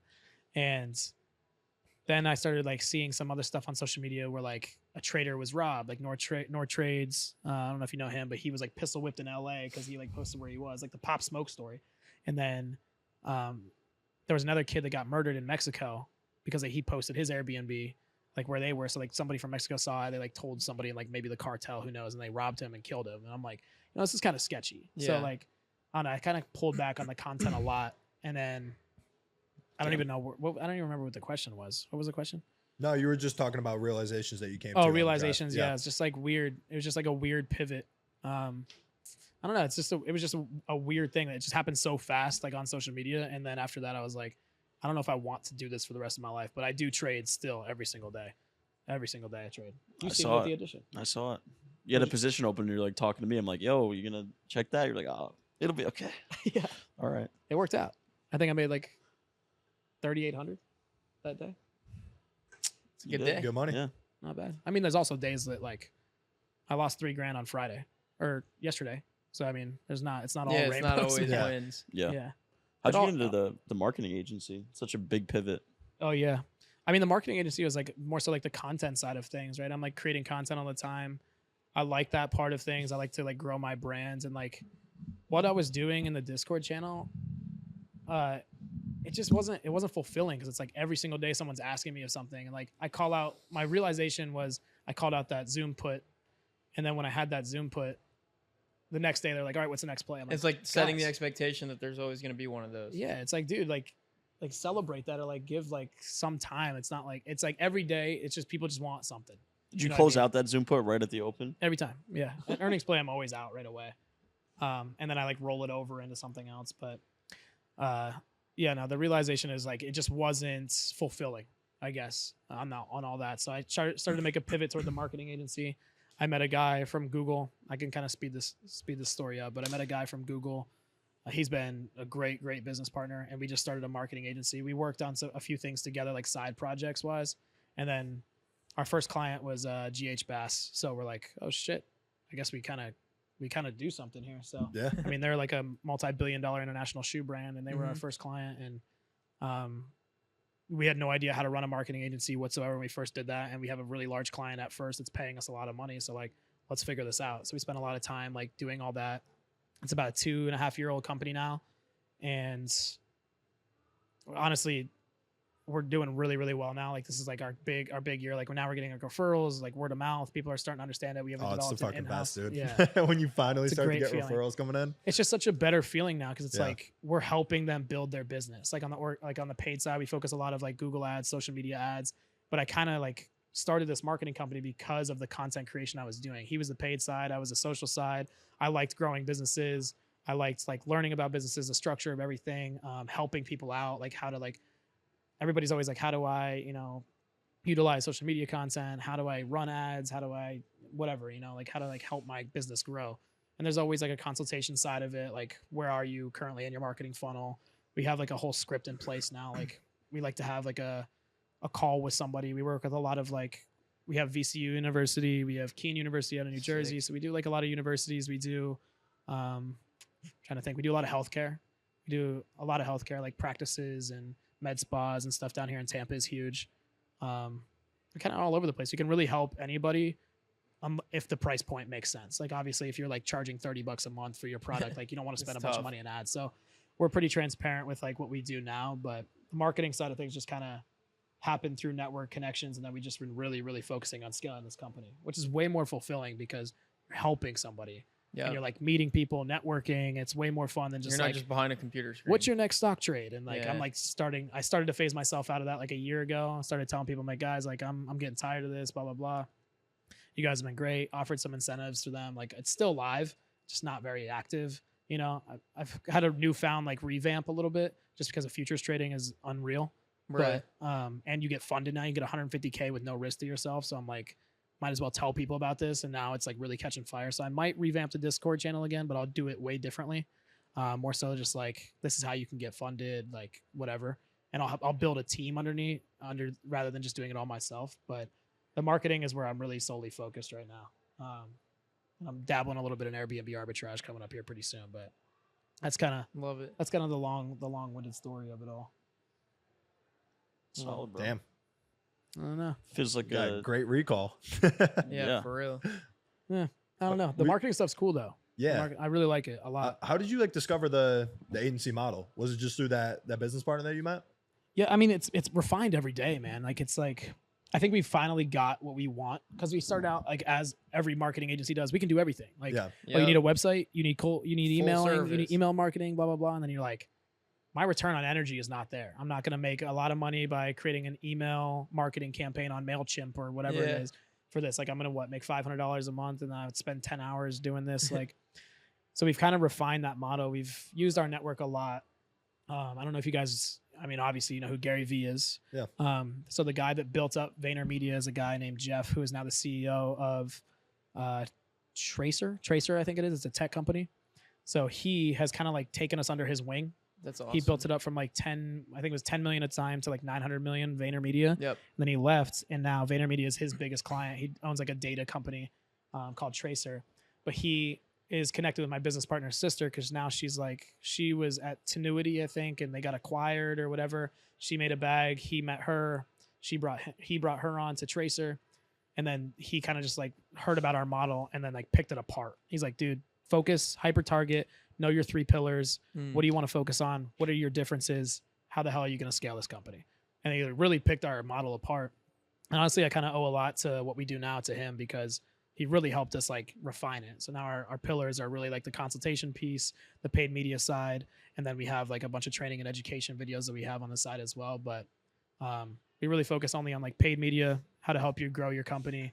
And then we have a technology. We just developed like a data reporting to help save time and money. Yep. And then weirdly enough, we do like traditional advertising with TV and stuff just because we're actually backed by, I don't know if I can really talk about it too much, but we just have a strategic partnership now with the largest media placement company in the world, which I don't know how they came across us. It just network is great. You do something long enough, you just find those opportunities. Exactly, man. So things are really falling into place with that. And now we're like talking with like some big ass name casinos in Vegas. Circus Casino is our next one that we're having a big conversation with next week. And then, if we can save them 1 to 5% on their media placements just through the connections that we have, it's huge. Off of like, let's say 100 million spend or 30 million spend. It's like, why would they not entertain that conversation? So it incentivizes them. And then we obviously make a really good fee off of those things. So like, those are like the 3 core offerings that we do now. But the agency model, to answer your question, is like, it's kind of just seeing how other media companies do it, seeing people on social media that do it, just kind of like going through everybody's model and being like, why does this one suck? Why do why do marketing agencies have such a bad rep? And then like kind of like refining that to make ours better, so. Yeah, it's a really good way to think of it. Because Yeah. everybody's just like, oh, I'll just do some random retainer. Exactly. Just, like, pick out of nowhere. And I don't want to toot our own horn, but I really do think that like the value that we give with the price point, it's not that you're not going to get it better anywhere else. Like the amount of time that we have, the team that I have put together, and my business partner and I have put together, wizards. Like these guys are so good. Like we took over a company here in Tampa a month ago. I'll just drop it. Tinters. We took over Tinters. It's like a tint shop. And I hop on this call. I'm like, I probably shouldn't speak numbers, but I hop on this call. I'm like, oh, this probably would be like a decent sized deal, whatever. Massive deal. This guy's the #1 tint shop in America. Jeez. He has here one in Tampa and Orlando, spending ridiculous amounts of money a month. Like I'm like, holy shit, on window tint. And I like call my business partner. I'm like, hop on this call right now. This is insane. And then we like go through it, everything. He's been doing it for a while. He's been doing it for a year, spending a bunch of money, obviously being successful. Our team comes in there, do everything we need to do on the back end. Cause there's a lot of work. I'm sure you guys already know like what the work is like on the back end for running ads. But my business partner being at Google, we have a guy from Meta. So like we have like these like technologies and like guidelines, like up to date. Like we know what will work in house. So we took over his thing and literally in a month, he's already seeing 40% more volume in a month. 40%. 40%. Crazy. It's obviously better because he had a structure. It's not like a fresh one, but just refining certain things and like having somebody that knows the strategy. I hear all the time. There was a girl that I just had a conversation with yesterday. I talked to her. I was like, we can help you out with your marketing. She ended up going with someone else. I get it. But she came back. She's like, I invested $9,000, made $0. I'm like, listen, not saying I believe in karma, but like you should have probably listened to me at the beginning. Made the wrong decision. I don't want to say karma. She's a good person, but Happens there's all just the like time. there's just so many people out there that like, oh, I'm a marketing agency, I can do this, this, and this for you. They run ads, they don't really know how it works, and then they just kind of like throw it out there to see if it works. They don't like set up the tracking, the pixels on the website, how HTML text is like different. I don't know. I've kind of just learned all of it over time. So I mean, it's just kind of learned by doing. So earlier crazy, on, you bro. talked about how you had a call with your mom, and she was like, "What are you doing?" And you're like, "Let me figure it out." So what are those conversations like now? Yeah, I mean, she's. Keep in mind, I'm from a small town, 9,000 people, so I don't think she really fully understands. But my sister is like very successful. She's the senior vice president of Coach Global. So Wow. she's been up there. So my mom knows of like shit that happens. I don't think she understands like the difference between corporate and like entrepreneur stuff. We don't ever really talk too much details, but she's a sweetheart, man. She's so innocent, and she's like the hardest working woman I've ever met. I mean, she was a single mom, 5 kids, working 3 jobs. Just to support a family. So like, I feel like that might be some of like the back end motivation for me to be like, okay, let me do what I can. And then just like make sure she's taken care of for the rest of her life. Yeah, but those conversations are like nothing. I don't ever go into too much detail cause I don't want to just like throw stuff that she's never experienced onto her. She's like, what the hell do you mean? Like, I don't know. Like if I talk about work, she goes, well, let me know if you want me to like send you like $10 or something. I'm like, come on, you're sweet as shit. I don't know. But the conversations are good, man. I feel like her and I's relationship has definitely developed over the years of like us being apart, just because like I understand like obviously going back home is hard for me to go to because it's hard to get to, but it's good. She's good. I don't really. Hell yeah, bro. But so how'd you meet Brianna Chicken Fry? Yeah, I forgot you wanted to know that. Never heard the story. Yeah, I'm trying to get her on the podcast, man. I know Grace O'Malley more than Bree. So when I was in New York, we had a big group of people. They went to Ithaca University. Yep. Yeah. And we had a big group at WVU, and Florida State's oddly a big base up in New York too. So like everyone had like their group. You think New York City is a massive city. I see people just like walking around the street. You know what I mean? Like you'll go to like, you'll see people a lot. Like everyone kind of goes like the new bar, new club, whatever. Yeah. So it's not as big as you'd think. But one of my really good friends, name is Joey. I don't even know how they got linked up. Actually, I know the story. They talk about it on a podcast. I could probably say it. But my one friend was actually hooking up with Brianna Chicken Fry that was in the Ithaca group. And then my other friend that she dated, Joey, ended up hooking up with her while they were hooking up, and they were roommates. So all hell broke loose. The guys were roommates? The guys were roommates. Brianna Chicken Fry was hooking up with one. He Damn. kept saying, don't hook up with my roommate Joey. She ended up hooking up with his roommate Joey. They're no longer friends. we're more friends with one of them. I try to like stay away from all of it. They talk about it on a podcast that they have on themselves. It's a fucked up situation. But then she started dating Joey for 2 years. Joey and I played basketball with each other all the time. We were in the group. So like anytime we would go out, she would be there, like at the clubs with us, bars with us. I was closer with Grace more so than Brianna Chicken Fry, but I'm hoping to get them down here and get them both. Get on Zach podcast. Bryan on, bro. Now she's just dating Zach Bryan. That's the long-term play. That blows my mind, man. I know everybody probably says this, but I think I was Zach Bryan's #1 fan, like first fan. I always say that too. Dude, I like saw his Twitter post in 2018. He had like literally 60 retweets. I retweeted it, followed him, been following him since like 2018, and I've like literally slowly seen him just take over the world. Yep. And now she's dating Zach Bryan. It was so crazy. Out of nowhere. Well, I know the story. She actually went to the CMA Awards, was trying to get a picture with him. She got a picture with him, and then I guess he hit her up. I guess he thought she was hot or something while at the CMA Awards that she went to. And then he hit her up and said, hey, I have 2 backstage passes. If you and the BFF podcast want to come, like you and Josh Richards. Yeah. Josh is a cool dude too. I don't know if you guys know him or know of him, but he's surprisingly, he's doing really, really well. And surprisingly, he's like a really, really down to earth kid. Yeah. Like, I've heard just like big in entrepreneurship. Yeah. Like with all the different brands he's doing. Yeah, and then I guess he invited her backstage, and then they went there and they hung out afterwards, and then they like silently were dating for a while, and then it just came out on social media that she was in the background of a song, and she's actually like laughing in Smaller Acts. If I don't know if you've ever heard that song, Smaller Acts, she's like her laugh is in the background. So like that's when it started coming out. I just remember her coming up as like the drinking girl. Could she outdrink you when you guys went out? No shot, dude. I don't know where it goes, man, but she is an animal. I don't want to out her and like shit she used to do, but. She can drink. Well, I mean, you don't even have to out her. That was like her whole brand. That's how she got the Barstool. I know, but there's probably some shit. Yeah. I can imagine. I mean, going out in New York City is like, I don't know. There's a lot of stuff that you're out till 5 a.m. So I mean, how do you think you can do that? You know, staying up till 5 a.m. all the time. There's obviously. Bro, it was dead when the night I went. I texted you. Every bar was shot. It was terrible. Shot? Yeah, it was boring. Dude, you went to like college bars in West Village. Of course, it was boring. You said go to this one, you'll like it. There was like 4 people in there. Which one was it? The Fiddlesticks. There was nobody in there? No. I haven't lived there in 2 years, man. Sorry about that. Things shift. Like let's look. I'm like I can't speak. Let's link up, and you're like, oh, I'm wasted. I can't. I'm like, all right. I don't know what was going on with me, man. I was giving a tour of the city. Yeah. What was New York is crazy though, because I'm gonna be there in like a week and a half. What's that? What was your favorite spot in the city? Like the #1 place where you're like, okay, this is like where the night starts. That's impossible, man. I mean, are you talking about food or like going out? Or going out. Are you into clubs?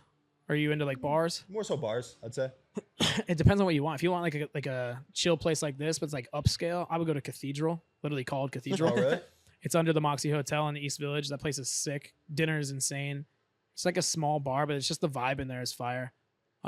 Catch steak, so good. Yeah. Carbone, probably impossible to get into, but if you haven't, go to Parm. It's in Soho. What's it called? Parm. Okay. So the guy that owns Carbone used to own Parm with this guy, and he's like, let's make this like a luxury pasta. And the guy's like, fuck you. And they had like a falling out. So he left, started Carbone, and now this guy over here knows the Carbone recipe. So there's a way you can sub it to get the Carbone pasta at Parm, and it's like $26. Damn. And you can go to Parm anytime. Hit me up when you go there, man. Okay. You got to get Parm. That's good insider information. I like Can you confirm, Sammy? Confirm. Parm is literally the best. Yeah. Okay. Perfect. It's I'll the check best it out. pasta like ever. Like it's like not like a big place to go to. It's like such a hole in the wall, but amazing, man. The vodka pasta is crazy. Okay. All right. Damn. Love vodka pasta. Club wise, I mean, New York, you could just like stumble into a bar.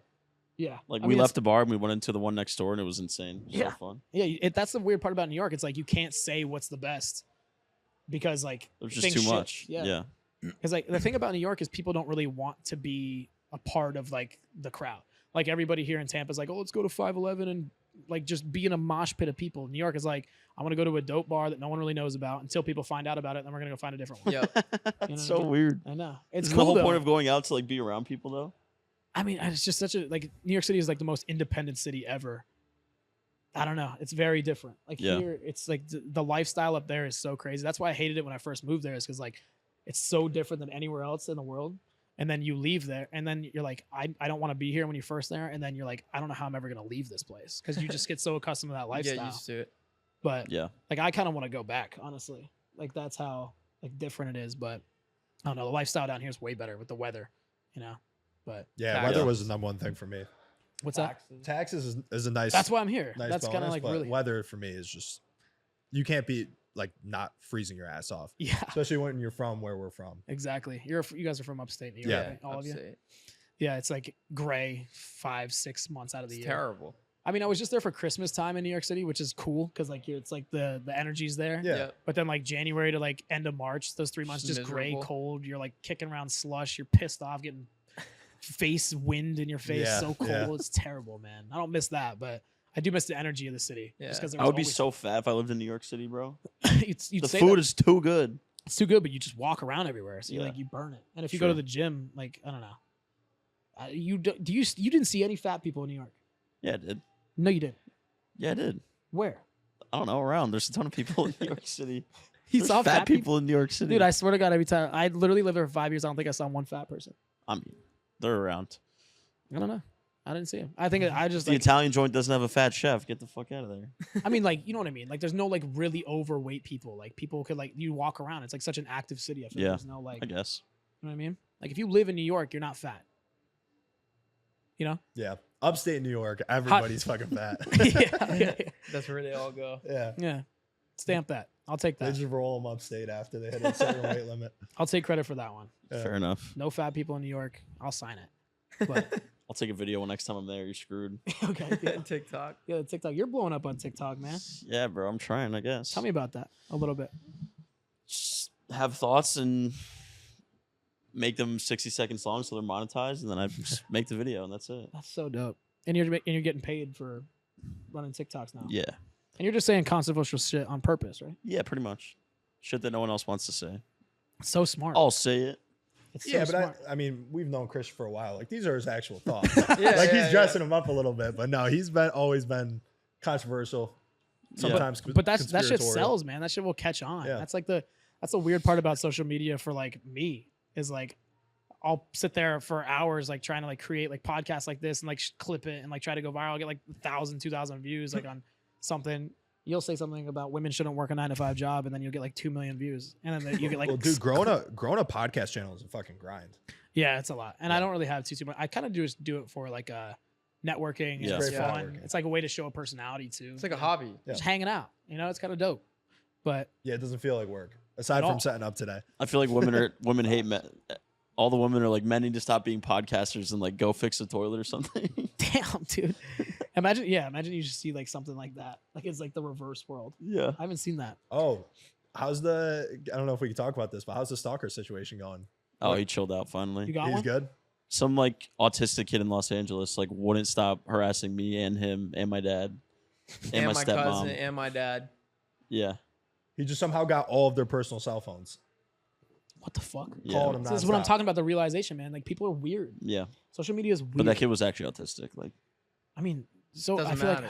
like everybody is a little he bit. chilled out. He'll hit me up like, hey man, when can we hang out? I'm like, whenever, bro.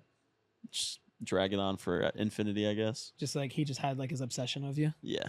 He was so weird. He would like insult me and then be like, I want to be friends with you. I'm like, okay. He was not there mentally, but Oh, he would insult you? yeah, like you're a fucking anti-woke piece of shit. Like, go to hell. This is the reason why Florida sucks. When And can we hang out? he's like, what? This is the reason why LA is the best and Florida's awful. I'm like, okay. You got that completely flip flopped because LA. It's like, is LA is the worst best city. Florida's unsafe. I'm like, right. LA is the worst city I've ever been to, but that's crazy, man. Yeah. I He mean, you chilled gotta out, be though. careful with that shit. It's crazy. Like, don't Yeah. literally like. I don't know. I would just like keep personal shit away. Like, Yeah. I even saw on Google the other day. I like had my address like on something, and I was like, I gotta axe that off. Yeah. You know what I Mhm. mean? So like, I don't know, there's So just- we had a mastermind event, and one of the guys who was visiting us from Ireland, his name's Lucas, like one of the best people ever. He has a massive podcast I didn't even know about because it has nothing to do with his business. It's like but- Second Amendment podcast, like yeah, guns. like it's Wow. literally all about guns, and they get oh, like shit. 250,000 viewers an episode, Damn. at least, like minimum. Wow. Or downloads actually, so even more impressive. But he made a joke. He's like, "Oh, I'm coming to America. Like, if you can find me, feel free to shoot me." Because it's like a gun show. It's a gun show, right? That's all he's talking about. But he posted a picture from our balcony, and he had like literally 18 people be like, "This is where you're at. This is where you're at. This is where you're at." I From won't say your the name of balcony? the apartment, but I was like, "Bro, dude, take that down. I was like, yo, you That's just told crazy, people they could dude. come and shoot you, and you're at our place. You posted one picture, and literally like close to 20 people all like fucking calibrated. Bro, And we're like, We took this is those where we're Irish at. boys to the Dubliner in Soho, and they didn't have whiskey, and he was so pissed. Oh Really? yeah. I not a fucking whiskey in an Irish bar. He's like, "Where's the whiskey?" And then he got a Guinness. He's like, "This is shite." Dude, I can't wait to go to Europe, man. The Dubliner is not a real place. It's like Yeah, What it's is still a that? fun it's time though. daycare. Dubliner It's a little like shitty bar in Soho. in Tampa, Yeah. dude. I But don't know it's what. like the fact that you took them there is a red flag. Because Well, all it's an like Irish bar. 19-year-olds. They were loving it. No, bro. there's one Irish bar that's actually like an authentic Irish bar in Tampa. Where? The one right by the Riverwalk, Oh yeah. where they pour Oh, Guinness yeah. the right way and they have like live Is there music. stick in it? Oh, what's that called? I can't remember the name right now, but like if you want like a good Guinness, that's the only place. It's in on Tampa Harbor to go. Island, right? Or Dave? No, no. It's in the Riverwalk Park It's right by the Riverwalk. by Eddie and Sam's, kind of. Yeah. There's really nothing else by it because it's on like the same side. Oh, I as know the what you're river. talking about. Yeah, it's like a Yeah. really, really like small. Small It's a place. box. But that's like a legit Irish bar. Tiny Tap. You We guys should been? go to Tiny You guys Tap. been in that one dive bar down Bayshore a little bit? It's Red called Dog? Yeah. Yeah. Yeah, been there. You think? It's cool. It's a all fun right. time. It's a Yeah. towny bar. Yeah. What's the one that's by where we used to live? That's just always Retreat. filled with smoke. Retreat? Yeah. You walk in there Retreat? and just I cigarette saw smoke Pete was there smacks you in last the night. face. Pete was there last time I night. went there was with Pete. Oh man. That I'm place glad is the a dry hellhole. January is over. I'm back. Yeah, that You lasted. made it 10 days, man. I tell you what. I did- was actually fully committed, but then this guy that might work with us is like, I'm at the edition. I'm like, all right. So you're working. Yeah. Yeah, work drinks. that doesn't count. You know what's crazy is I did. I tried to create I did create a course, a long ass course. It took me like weeks to record and like edit and everything. I did it last year. I did a dry January, and then I was like, you know what? I'll cut it a little bit short one day because it was Gasparilla. Yeah. So I was sober for a month and went to Gasparilla. I woke up bloody as shit on my friend's couch. Dude, Jesus. don't do the dry January and then go right to a blackout. No. It just does not work out in your favor. Good. Yeah, I'm priming my liver. I'm getting ready. That's Yeah, like exactly. literally not moving for a month, and then on the last day of the month you sprint a marathon. Yeah, You're just- exactly. you gotta. It's like lay down and then all of a sudden run the race. It's Yeah. crazy. Dude, Yeah. yesterday the champagne was hitting me like instantly. I'm like, dude, I've only been sober for 12 days. It's crazy. You You know, must it's, be an 12 alcoholic. days. it's crazy because 12 like, days shouldn't have that effect. Insane. you know what's weird is they're like alcohol like ruins you, but I felt worse after that 28 days of being sober, dude. It's weird. What do you mean worse? I don't know. I Like, just felt like I was like, missing something? yeah. Is that a problem? it's the socialization of it. It Yeah. is 100% a social thing. Like I feel It's like fun as fuck. Like, it's just fun. I feel like if I stopped drinking right now because I'm 2 weeks in here, it would actually be unhealthy for me for the next 3 years because I would just socialize way less. Yeah. Think about how much shit goes on when you're out, like, at a business meeting or like meeting clients or with friends, you know? Yeah. I mean, there's definitely like a social aspect to it, but I mean, there's obviously like I'll never it can forget you become put a problem. Oh, when I it would first become a Yeah. major problem. when I first met you, you put a story up at like 5 a.m. jumping into your pool in your building. I was dying. Yeah, I had some fun, man. I'm trying to be like, it's weird being like an entrepreneur and having these high level like conversations like during the week, and then like I'm like Just being a on mushrooms, degenerate. jumping in a Unwinding. pool, like dude, literally. Jump- That's how it should be, bro. Yeah, I That's the mean, best though. That drink to unwind after like a long ass work week. Oh, dude. I don't really have like a. I'll never forget that one night we signed like 10 clients in a week and we all just went nuts in the That was apartment. crazy. That was when we Really? first moved down here. Yeah, we had a killer week in the business and we just like blared music and got like a bunch of happy dads and just went balls to the so Get wall. the gat. It's so dope that you guys have a business like you guys are boys. It's like you guys can literally like when you're successful, you're just like fucking Celebrate. celebrating. Dude, that's what I like. Feels like a team sport. Like when Yeah. I say like that thing about like unwinding, it's not like I'm just cracking a beer open by myself. I'm like Yeah. with all these guys. We're like, fuck, we just put in like a long ass week, and Yeah. like you'll just have weeks of inputs, and nothing seems to go right. Yeah. Then it finally all goes. It's like a celebratory thing. Exactly. Yeah. Right. It's cool because you guys are like literally working at it together all the time now. Yeah. You know what I mean? Like Yeah. you guys are all in. Like you don't have like my business partner and I are all in, but like we met 2.5 years ago. Like you guys are boys. So like it's Yeah. it's I feel like it's rare They're to come cousins. Yeah, dude. For real? Like we've been literally, I mean, right by tell. each other since birth, basically. Yeah, that's wild. Yeah. It's weird because like can't tell. I was gonna No, say we no. don't look. Yeah, I was gonna so say You you much. don't look- look alike? No, you look No, a we're lot first alike. I would just So- say I'm a little bit bigger than he is. His, I can't tell. So I don't know where my height comes from. I don't know if my mom stepped out. That's a joke. She's but I think I'm Damn. adopted, man. but- so like his mom is like the most Irish looking person in the world. Like pale Red redhead. hair. Yeah. Stepped out. That's crazy. That I'm is over here crazy. like telling my mom, she's like, she's a sweet soul, and you're like, my mom might have stepped out. That's crazy. Nah, I bought it in the last 4 nights in a row. I'd like literally just dropped her off the airport this morning. Yeah. So I feel like I earned the joke. But his Yeah. dad's Lebanese. Oh, So that's shit. what his look comes from. My dad was also Irish. So Yeah. I'm just You got a cool ass look to you, man. I wanted to say that to you, but I was like, is that a weird thing to say? Cool look. I don't know. It's, just it's like ever it's a since very he like started doing the hair out the the back. hair's Yeah. lit, and it's almost like It's like a mob boss. You seen that TikTok trend? Where it's like, what would my boyfriend look in the 1930s? And it's like this like cool ass dude looks like he's like smoking a Cuban cigar, just like chilling. That's your look, man. It's Appreciate it, dope. bro. You didn't touch your Appreciate it. cigar, bro. Yo, clip that. I got Clip scared. that. Clip that. I got scared of this. But Appreciate yeah, it, no, bro. this is gonna be come like a month from now. This will be 4 years of us all working together on something. That's dope. And it's cool because you guys are like all in, like I said. Like you guys grind together. You Yeah. have a vision for it, and you're always like reinvesting. Like he told me about the technology and stuff you guys are doing. Congrats, by the way. Yeah, That's appreciate crazy. it, Make dude. numbers crazy. Yeah, it's exciting. What's that like? Like going so hard on something like that, investing that kind of capital, and then seeing the return almost like instantly.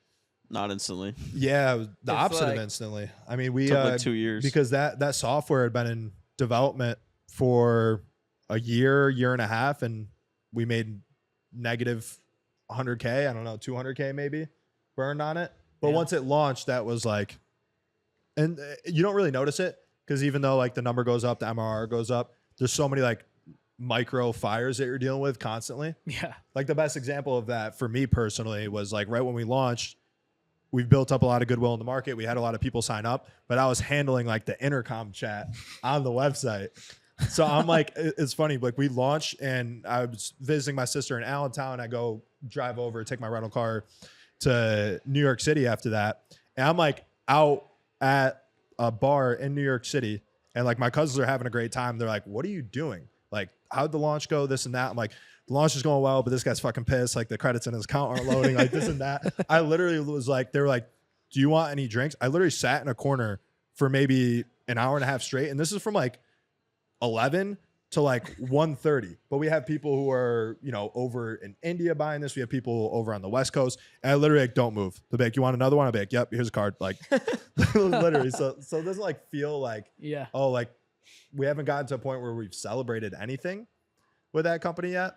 But it's definitely nice to start seeing like it's like Yeah, a legitimate Some thing now. movement. And there's 4 of you guys, 5 of you guys. 4 at Client Ascension, and then 5 co-founders at ListKit. Hey, were you guys the first ones, like almost the first ones in the cold email outreach space? Our business partner Daniel Yeah. was. He basically started it, and then we bought his course, and then we ended up meeting him like a couple months later down in Tampa, and then we just partnered up on a Really? on a venture. Wow. Well, I Turned mean, we into Client partnered up Ascension. before we even moved down here. But like, yeah, we Yeah. he was just doing the core stuff. We were doing the agency stuff, and he kind of realized like, okay, these guys are doing the agency stuff at a high level.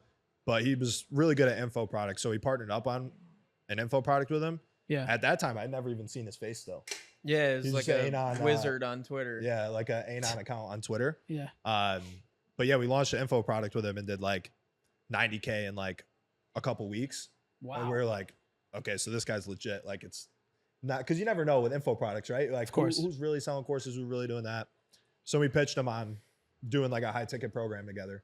Because at our previous marketing agency, we had done like a couple high ticket courses and just partnered up with him. And he happened to be down in Tampa. And that wasn't really one of the reasons why we moved here.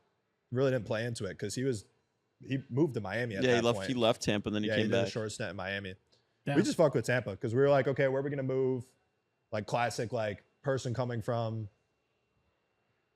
prison, New York at the time, Yeah. where you're like, I want to get out. Like your brain just kind of goes like entrepreneur, good weather, taxes. Like Yeah, your brain just says Florida. Texas and Florida. Yeah, exactly. And we're like, okay, probably Florida because our families go down to Florida. Like it's super easy to get back and forth. Yeah. And like we had been down a couple times in the pandemic and loved it.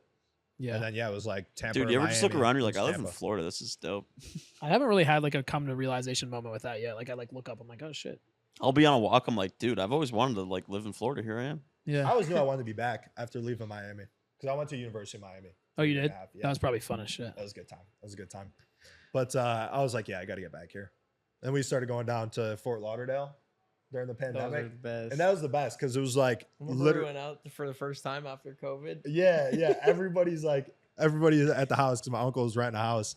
is like, you guys are gonna go out? Like, are you crazy? Because this is still like, Yeah. even in Florida, Are you crazy? they still had like 50% capacity. Like, it Yeah. wasn't like completely open. Like, yeah, fuck it, Really? let's just go out. You know what's crazy is New York was like dead for what was it, a year? Mhm. And Year I and was a like, half, I yeah. can't go. I didn't go to a bar for a year.